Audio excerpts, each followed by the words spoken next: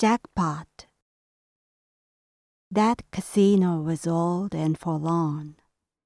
Inside, it had the outdated concert hall where gaudy revues and magic shows used to be abandoned. Since the casino lost its popularity and customers, the hall had been used as a makeshift break area. Those who used up money for gambling and no longer had anything to do sat there sparsely with vacant eyes, producing a wretched atmosphere that perfectly matched the whole casino. My partner, my mother, and I was resting there after we lost most money. As it was too gloomy to be sitting in the break area, my partner suggested that we should use up the scarce rest of our money and leave the casino. Each of us sat in front of our favorite slot machine. On the screen of my slot, I came close to win with 2 matched pictures, but the third one didn't come up in every turn. My mother and I quickly ran out of money. Further down the floor, I saw my partner still playing. I left him there and went back to a hotel with my mother. It was the last day of our stay, and I started packing for checkout. The hotel looked out on the waterway that connected the hotel and the casino. For a brief break from packing, I went out on the balcony of our room and watched the waterway. Then I noticed something gigantic floating far up the waterway. It was slowly flowing toward the hotel. The closer it got, the more monstrous it became. It approached near enough to tell what it was. A tall, triangular-shaped white condominium was carried on a massive barge. Tied behind it was a white, enormous sailing ship. They were carried carefully from the direction where the casino was located. Considering where they came from and how unusual they were to be carried along the waterway, I assumed that they were some prizes of the casino. I called my mother to the balcony and we wondered what kind of person had extremely good fortune like this.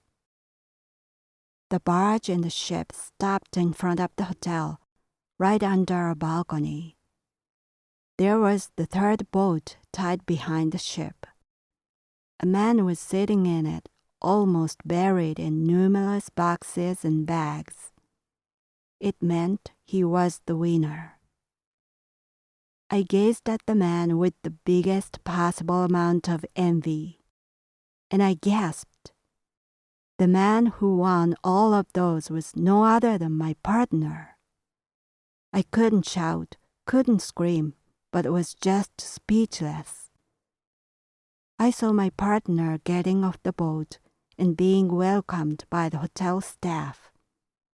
He gave them some instructions and they hurriedly moved around.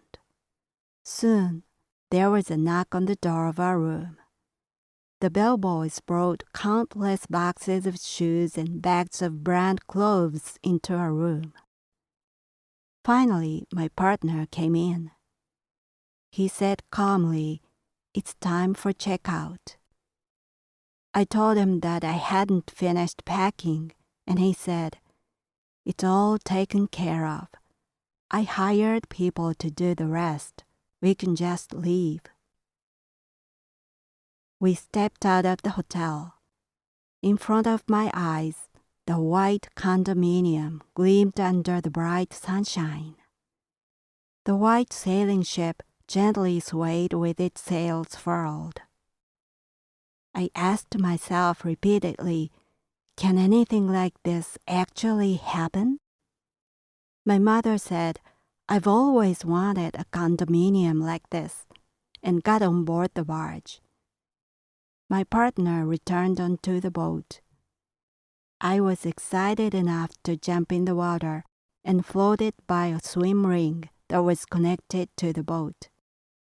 The fleet began to move again, and we were heading home. While we were slowly moving down the waterway, I saw some parade floats in the water ahead of us. The area was a popular resort destination, and the waterway threaded through many hotels. The parade seemed one of the events held in the area. Seeing the floats far ahead and the big condominium and the sailing ship before me, I asked my partner, "This is a dream, isn't it?" He had been expressionless up until this point, but smiled for the first time since he won. "Why? Are you that happy?" he asked me back. I usually dream a lot. Sometimes I dream a very good one and feel ecstatic in it. But in those cases, waking up is excruciatingly painful. Dreadful disappointment crushes me. I've had those experiences more than too much and want no more. I would do anything to avoid it. If this is also a dream, I have to wake up now before euphoria gets inside me. Otherwise, I couldn't bear disappointment of this magnitude. I was sad that everything I had gotten would disappear when I woke up. This was undoubtedly the best and the most vivid dream I've ever had. But I had to know whether this was reality or not at this point in order to minimize disappointment. I looked at the clear blue surface of the waterway on which I was floating. It was sparkling in the sunlight. I hit the surface and made it splash. Sprays of water showered on my face. It was cold and refreshing. I slapped my wet cheeks with my both hands. It hurt. Still, everything stayed as it was. I slapped my face over and over, hearing the sound of slapping and splashing water and my partner's laughter. The condominium and the sailboat were still there. I felt a gentle breeze and drips of water streaming down my face. I looked up the bright blue sky and got the dazzling sunshine over my face. I didn't wake up. This was all real. Now that I was convinced this wasn't a dream, I was able to take it in. Indescribable happiness seized me. It almost choked me, and I panted for breath. I felt my lungs were pressed with happiness and heated like coals. I've never been this happy in my entire life. I became a billionaire. My life got redeemed.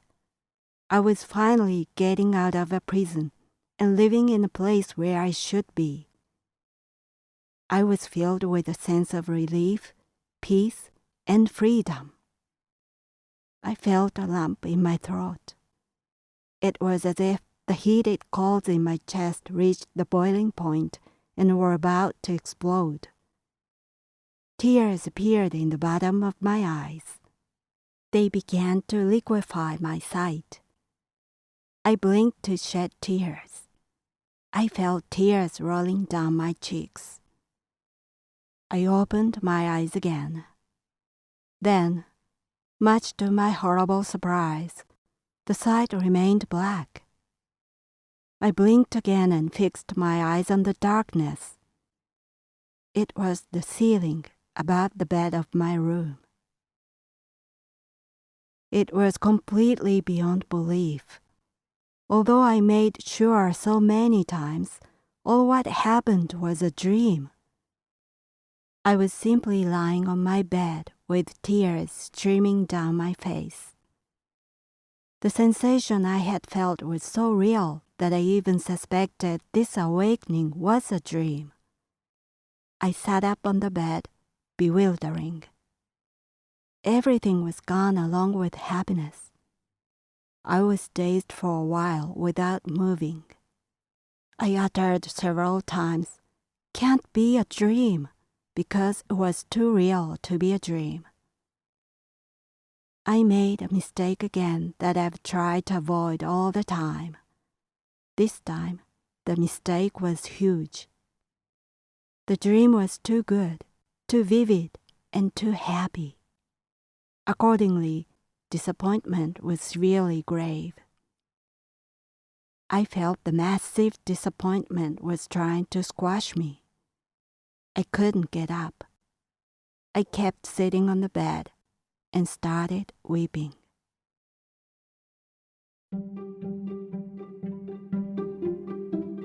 Audiobooks by Hitomi Woods.